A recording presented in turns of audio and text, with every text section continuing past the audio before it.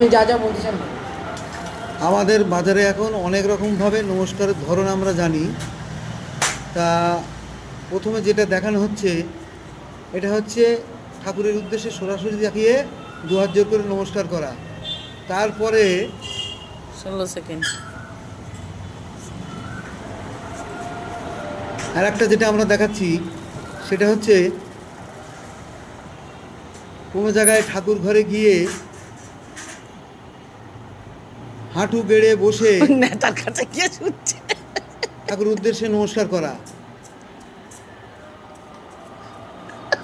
আর একটা যেটা আমরা দেখাচ্ছি, সেটা হচ্ছে ও মিউট ঠাকুরের করে দিকে দিল। কোনো মতে তাকালাম, হলো কি হলো, ঠাকুরের দিকে দেখতে পেলাম কি পেলাম তার কোনো মানে নেই।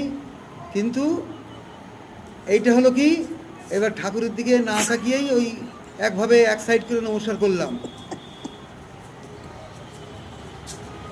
আর একটা সব থেকে এবার ষষ্ঠাঙ্গে। সাংঘাতিক ভালো নমস্কার, সেটা হচ্ছে একেবারে ষষ্ঠাঙ্গে প্রণাম, যেটা নাকি বলে আসল নমস্কার।